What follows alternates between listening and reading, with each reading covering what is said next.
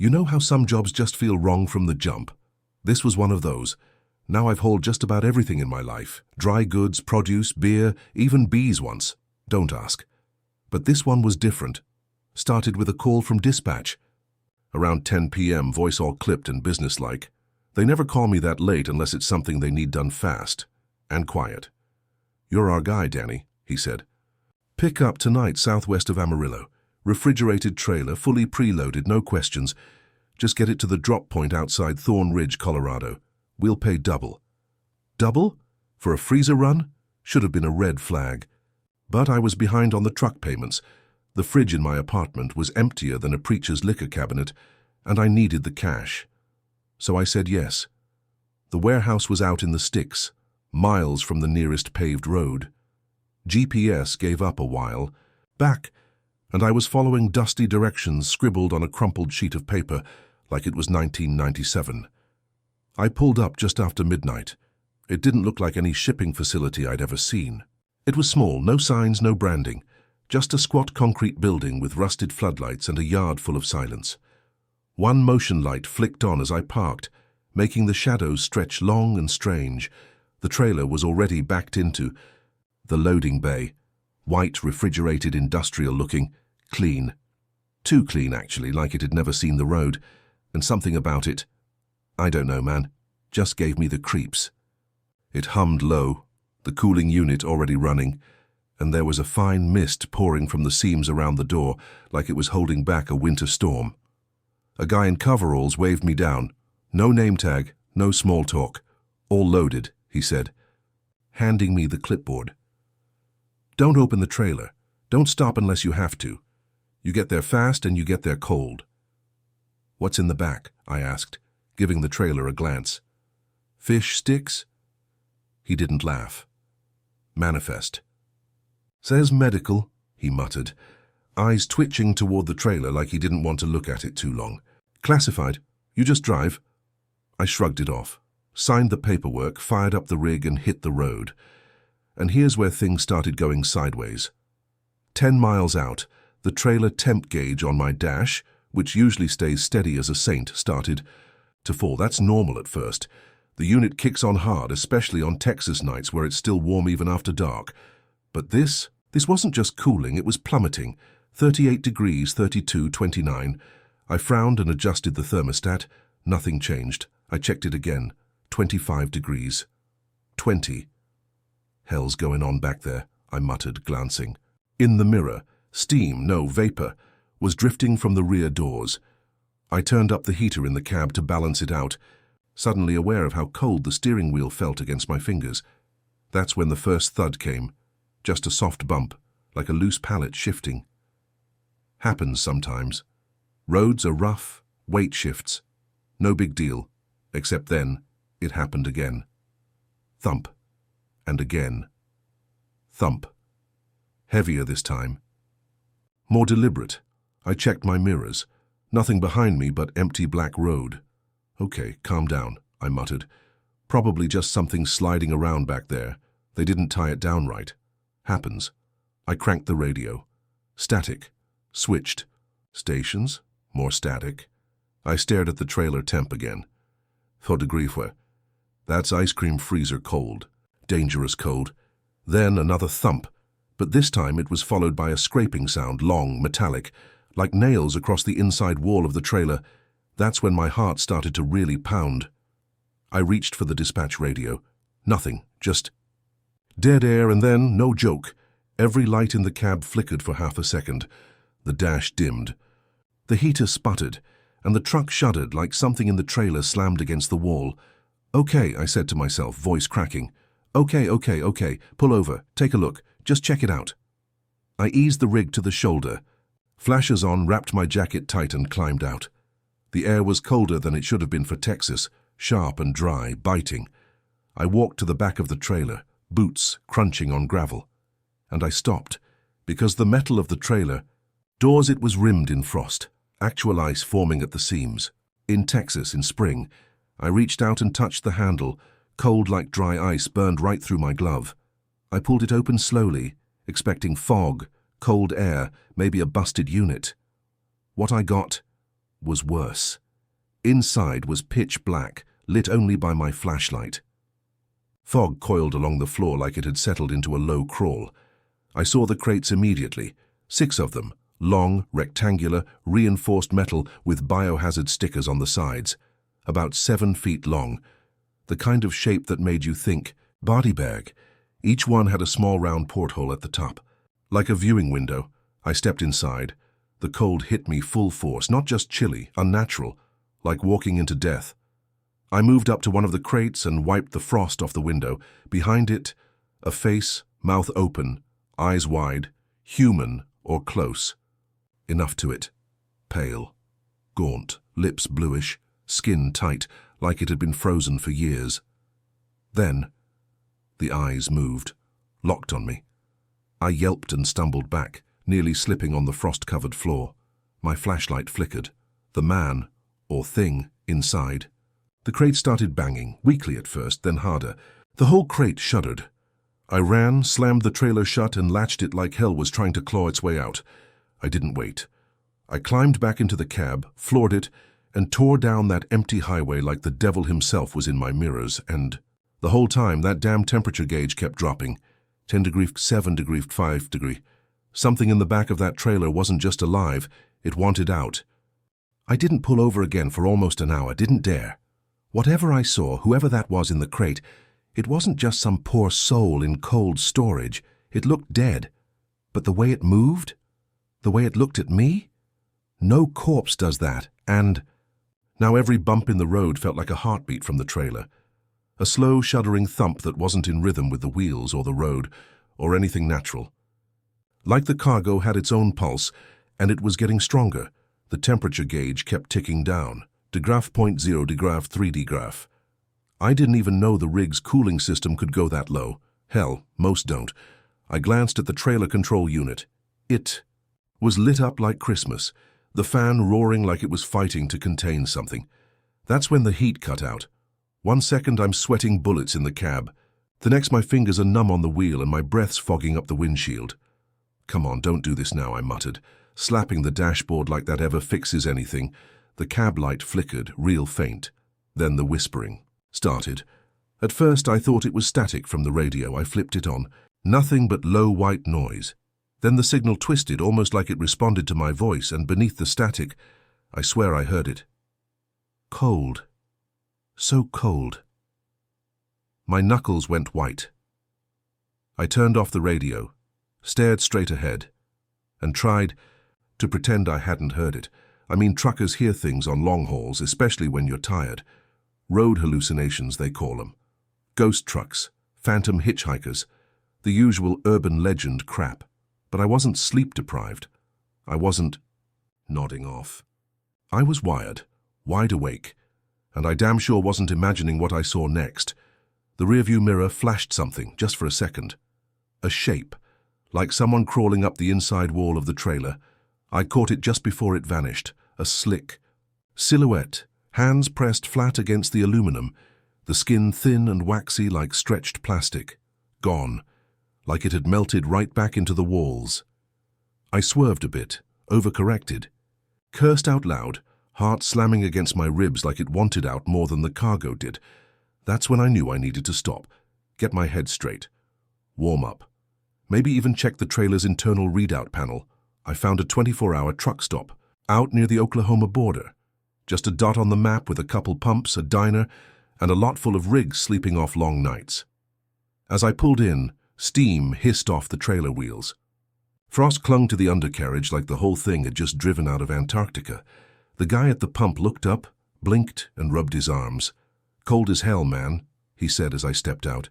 "Your reefer busted or what?" "Running. A little low," I said, trying to play it off.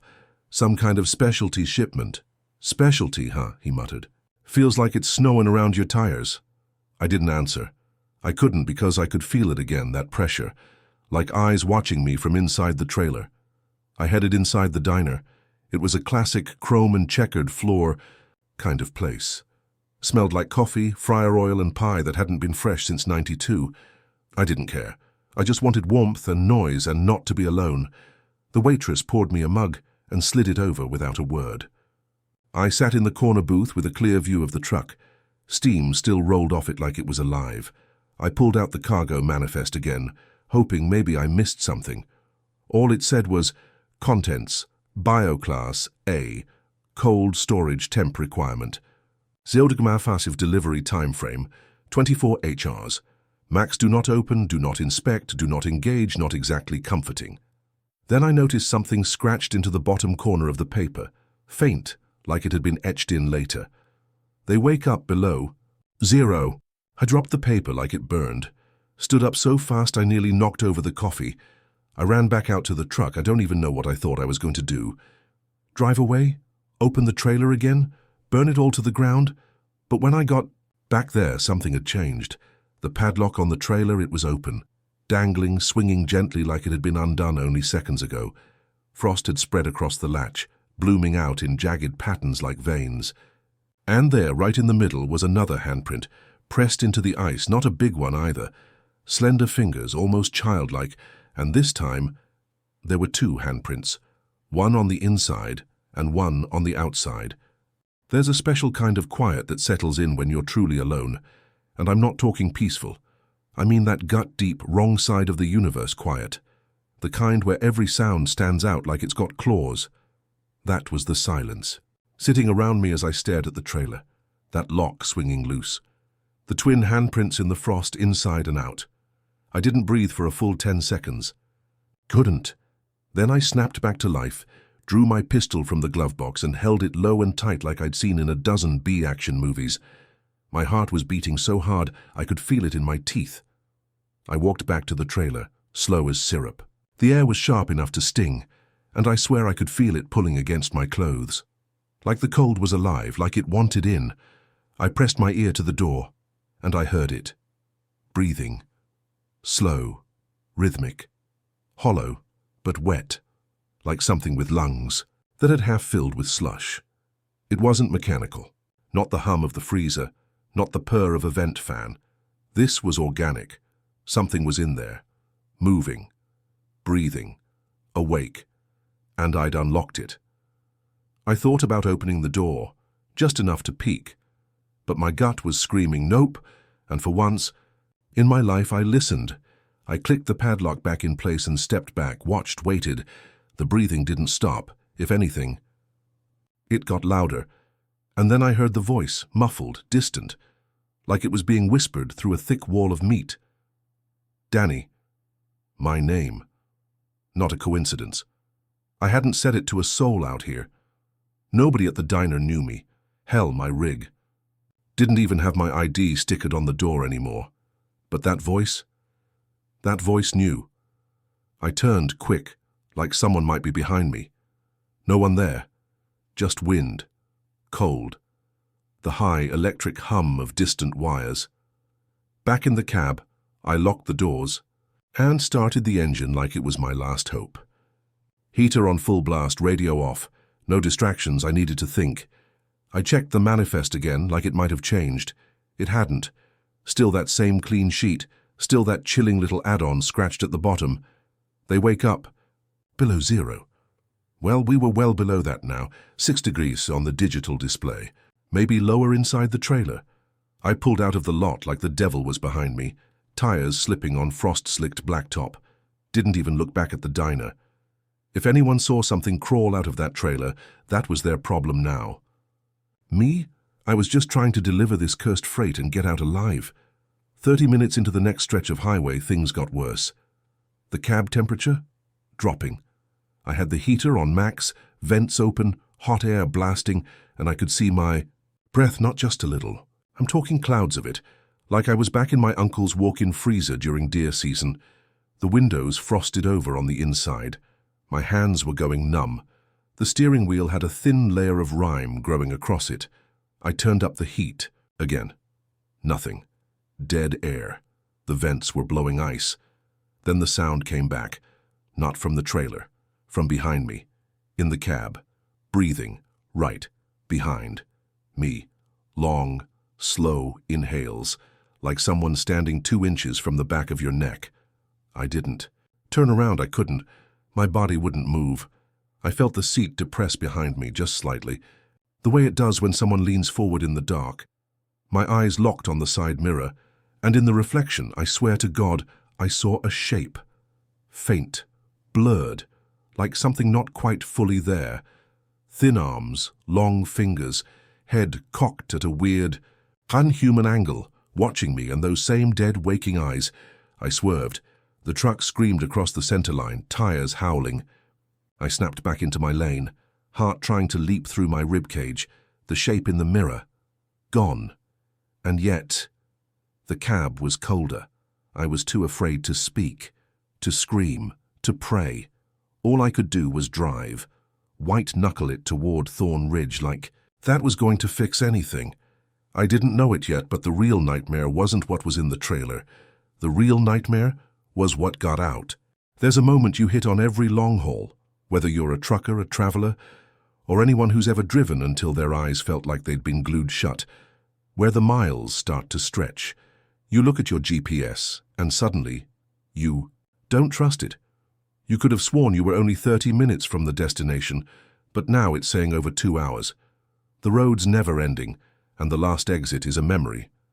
That moment, it's the first real sign that you're trapped, and when I glanced at the road ahead, I could feel it, like the pavement had changed, like it was slithering away, pulling me deeper into something I didn't belong in.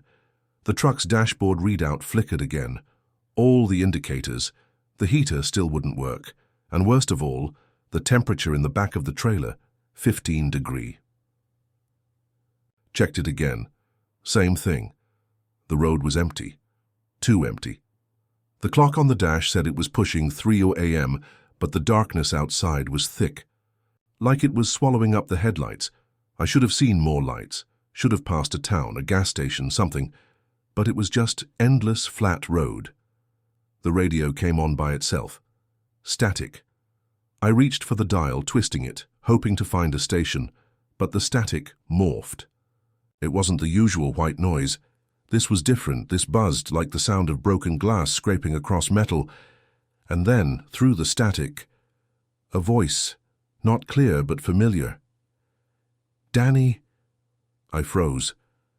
I hadn't even spoken aloud. There was no one else in the truck. The only company I had was the freight in the back and whatever the hell was inside it. But that voice was pulling me deeper. Not just in my ears, but in my bones. "Stop it," I muttered, slapping the radio's off button. My hand was shaking, but the voice didn't stop. It was in my head now. I felt it under my skin, and that's when I realized the road was changing. Too. The turn I just passed? It hadn't been there before. I checked the GPS. It was all rerouted. I didn't even remember this highway being on my map when I started. The straight road I'd been following suddenly twisted into a series of unfamiliar curves, like the machine was just making it up as it went. I pulled over to the shoulder, fingers digging into the wheel. Sweat ran down my neck, but I was too cold to feel it. I glanced in the rear view again. The trailer was still there, silent, unmoving. But this time I could swear there was a figure, just a faint shape, by the back doors. The glass in the mirror reflected it, just out of focus. A head too large for a human, a stretch of something like arms that had been bent too far, and I knew. I knew that whatever was inside was getting restless. I slapped the steering wheel, frustrated, terrified. I needed to pull myself together. My mind was racing in circles. The temperature gauge was ticking lower and lower, and everything about this run felt wrong. Then the lights flickered. The headlights, gone. The truck shut down. Nothing worked. The engine coughed, sputtered, and fell silent. I cursed under my breath, popping the hood latch, praying I hadn't blown the whole rig. I needed to keep going. I needed to drop this cargo. But the moment I opened the truck door, that icy cold crept into my bones again. The night air was wrong. It wasn't just cold, it was unnatural. Like stepping into a freezer after it's been left open all night. And even in the dark, the shadows seemed thicker, like they were crawling closer. I made my way to the back of the trailer, not even thinking about it anymore. Maybe it was the fear, maybe I was just done with this stupid, terrifying trip, but I had to see it, had to know what was going on back there. I reached for the padlock again. The frost had shifted. It wasn't just icing over anymore. The cold inside the trailer was expanding, spreading across the outside like veins under skin. Thud. A sharp knock. From the inside, a fist, or something with hands. The door rattled under the pressure. No way. I jerked my hand back. That feeling, that icy grip on my chest, was back. That was it, the last straw. But I wasn't about to back down now. My fingers froze on the latch, trembling, but I couldn't stop. I had to open it. I had to know I pulled it. Click, the door swung open, and a wall of icy air slammed into me, so cold it almost burned. And that's when I saw them. I don't know how to describe it. Words don't do it justice. 6 of them. Crates lined up, but not perfectly. Some had been tipped over, some cracked open. Nothing was how it should have been. The bodies inside were all twisted, bent at impossible angles, skin so pale it was nearly translucent, frozen solid but not dead. Not dead. Their eyes, those eyes, wide open, staring at me, still alive, trapped in whatever hell they were frozen in. One of them, one of those twisted figures, was still moving. It wasn't struggling, it was waiting. Its face, frozen in a permanent grimace of pain, didn't show any expression. Then, with one sharp crack, its fingers curled into a fist. And the cold. It roared, the wind, it screamed, like the trailer had opened into another world. A world colder, a world where nothing human could survive. And the wind, it didn't stop. It twisted around me, pulling at my jacket, freezing my breath in the air. I slammed the door shut and backed away, my heart jackhammering in my chest. I didn't stop running. My feet slipped, but I kept moving toward the truck, away from whatever had just woken up. The lights flickered on, and the engine roared to life, as if the truck had been waiting for me to make that move. But then, it wasn't just the trailer, the road, it wasn't the same. The horizon was bending, shifting. I swear I saw the trees tilt at angles that didn't make sense. The GPS, it was just a black screen now, a void. There was no map, no route, only more. Road endless, and I was still driving. The road was a blur now. The truck's headlights barely cut through the thick fog of darkness that had rolled in, swallowing everything up. It was like I wasn't driving anymore, like I was being pulled along by something that knew exactly where it wanted me to go, the GPS. Still dark, the radio silent, my own thoughts. That jumbled mess of cold and fear in that thing, the one inside the trailer, the one that shouldn't be alive. I kept glancing over at the rearview mirror. The trailer was still back there, silent now.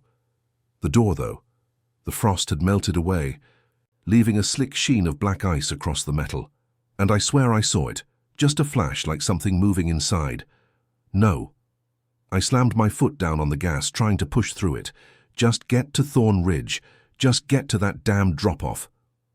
And end this nightmare. But the road kept winding, it didn't make sense anymore. So I knew I'd passed this stretch before, but the hills looked different now. The trees were too close, pressing in on the shoulders. The land was swallowing me. And the truck, my truck, kept getting colder. The temperature inside the cab was dropping again. I could feel my breath fogging in front of me, my fingers numbing around the steering wheel. No matter how high I cranked the heater, the cold kept creeping in like it was coming from inside me. And then, that voice. That whisper. It was back. Danny, Keith, it was there, right behind me. Soft and slow, like it was trying to slip into my skin. I swore I could feel it in my spine, creeping down, down, down, until I couldn't stand it anymore. I didn't know where it was coming from. Didn't matter. It was there. My eyes darted around the cab, nothing. Nothing but me, the truck, and that frozen air pressing in on every side. Stop driving. It wasn't a suggestion.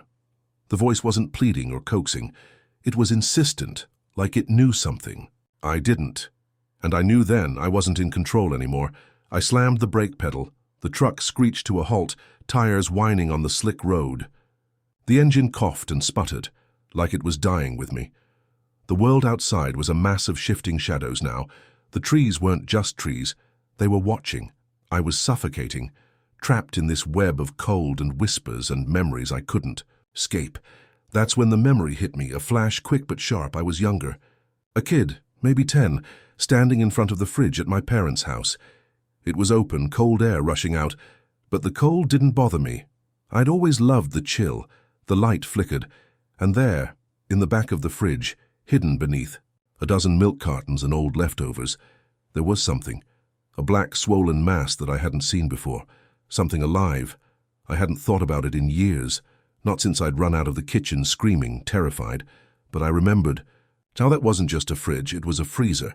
And the thing inside was waiting for someone to come close enough to open it, and it remembered me. I shook my head, trying to snap out of the memory, but the voice wouldn't stop. You can't run from me. You opened it. You brought it here.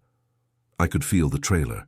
Behind me, its weight pressing in, almost alive with its own hunger. I could hear the shifting inside, whispers, scratching, movement. It wasn't still anymore, and it wasn't alone.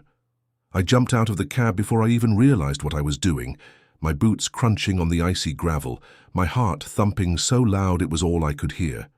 There was no choice now, no denying it. I had to face whatever had come out of that trailer. I made my way back to the rear of the truck. The trailer doors loomed large in the dark, those black veins of frost curling around the edges like a warning. My breath came in quick bursts, freezing before it even hit the air. My hands shook, but I gripped the latch anyway, pulling it open, just enough to peer inside, and I saw it. It wasn't a thing. It wasn't even human. It was a mass of twisted flesh and bone, melted together in some kind of grotesque amalgamation. But there were eyes everywhere, hundreds of them blinking wide open, staring at me, accusing me. The bodies inside the crates were gone, except for the twisted parts that were scattered on the floor like they had been reassembled. And the worst part? It was remembering me. One of the bodies, or what used to be a body, shifted, lifting its head. Its mouth opened, and I felt the cold seep deeper into me as it rasped, "We never forget." I slammed the door shut, the lock clicking into place with a finality that made my bones ache. But that didn't stop the whispers. They followed me, creeping into my mind like a disease. I backed away from the trailer, my legs trembling beneath me, but I didn't take my eyes off it. I couldn't. It was alive and it was watching, waiting. And it knew who I was. It remembered. The wind howled, ripping through the trees, and for the first time in a long while I wasn't sure if it was the world outside that was changing, or if it was me. I turned around, hands still shaking, and slid back into the driver's seat. The truck roared to life, but it wasn't my hands on the wheel anymore. The road, well, it didn't seem to end. The GPS blinked back on. It was a single, simple route, Thorn Ridge. But something was wrong. The name of the town was fuzzy, like it had been scrawled in the dirt and erased by a hand that didn't belong to me. There was no turning back now. The road stretched out in front of me, an endless line of nothing. And that voice, that thing inside the trailer, was still there. I had a choice, keep driving, or stop and face the thing that remembered me. But I knew I wouldn't make it to Thorn Ridge, because this wasn't a road. It was a trap. I didn't know if I was still on the road, or if the road had become part of me. I kept my eyes straight ahead, even though the blacktop had started to warp, twisting beneath the truck like it was alive, pulling at the wheels. The headlights cut through the fog, but the light seemed to stop, like the shadows were too thick to pass through. The temperature inside the cab had dropped even more. I could see my breath swirling in the air like smoke. My fingers were frozen, but I couldn't feel the cold anymore. It was as if the chill had hollowed me out, and there was nothing left but the gnawing panic that kept clawing its way through me. I didn't know if I was still on the road, or if the road had become part of me. But I had to keep driving. I had to get away from it, away from the trailer, away from the cold that was crawling through my veins. But when I looked at the GPS, I saw the truth. Thorn Ridge. That's all it said. No more twists. No more detours. The road ahead was clear, but I knew deep down I wasn't going to find a town, not a real one. I wasn't going to find help. I was going to find what the road had been leading me toward all along. The truck lurched. I slammed my foot down on the brakes, but it was too late. Bam! The trailer jerked forward and I felt the impact in my chest, like I'd been shoved into a concrete wall. The force threw me forward, my seatbelt digging into my chest. My heart skipped a beat. Something in the back of the truck shifted. I froze. The cargo wasn't just alive. It had moved. I couldn't breathe. My pulse was pounding in my ears. Something was in there, something that shouldn't be. I didn't even think before I threw the door open and ran to the back of the truck. My boots crunched on the gravel, but my mind was a blur. The world around me was bending, warping, like reality was losing its grip. The trailer door was still locked, but there was something different now. Something inside was pounding against it. Not knocking, not rattling, slamming against it. I grabbed the latch and this time it was easy. Too easy. The cold wind whipped around me as the door flew open, and I stared into the blackness beyond. And I saw it. A shape. A shadow. It was crouched. In the corner, its skin twisted, its bones bent in unnatural angles. Eyes, thousands of eyes, blinked at me from the darkness. The frozen bodies were gone. The metal crates that had once held them were now scattered across the floor like discarded trash. And there at the center was the thing that had been waiting. The thing that had been alive the whole time. Its mouth stretched open, too wide to be human. The voice that came from it wasn't a whisper anymore. It wasn't inside my head. It was real. It was deep and wet, like the ground itself. Was speaking. You should never have opened it. I stumbled back, my feet slipping on the ice that had formed beneath me. I couldn't breathe. I couldn't think. And then, I swear to God, it moved. It was fast, too fast. In one blink, it was standing in front of me, towering over me. Its hands, no claws, reached for my face, long fingers that gleamed with ice. I was frozen, paralyzed. The fear gripped me harder than the cold, squeezing my lungs tight. But then, just as quickly as it had come, it stopped. It didn't touch me, didn't tear me apart like I thought it would. Instead, it just stood there staring at me, its breath coming out in slow, ragged gusts. "We never forget," it rasped.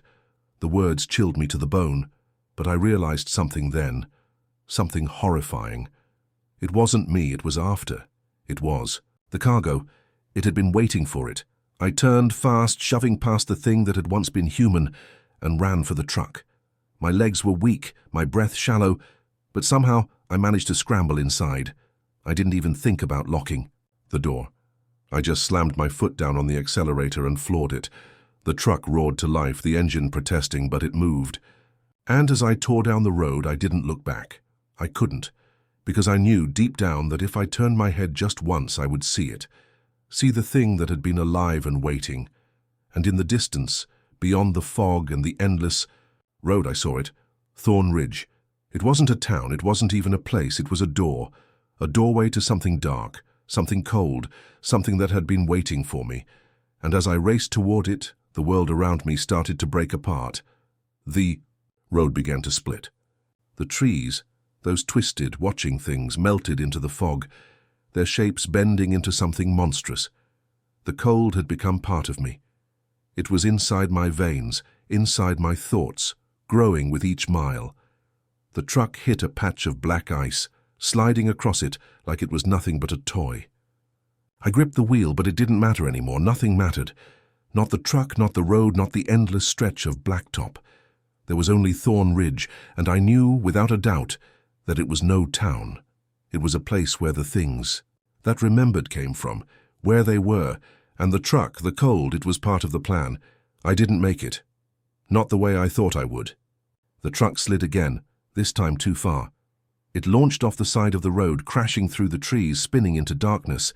The last thing I saw before everything went black was the silhouette of the trailer, still attached, still waiting, and when I woke up, I wasn't in the truck. I was somewhere else, somewhere cold, too cold. I could hear the breathing, soft, wet, rasping, and when I reached up, my fingers brushed against cold metal. No, not metal, flesh. Things that remember.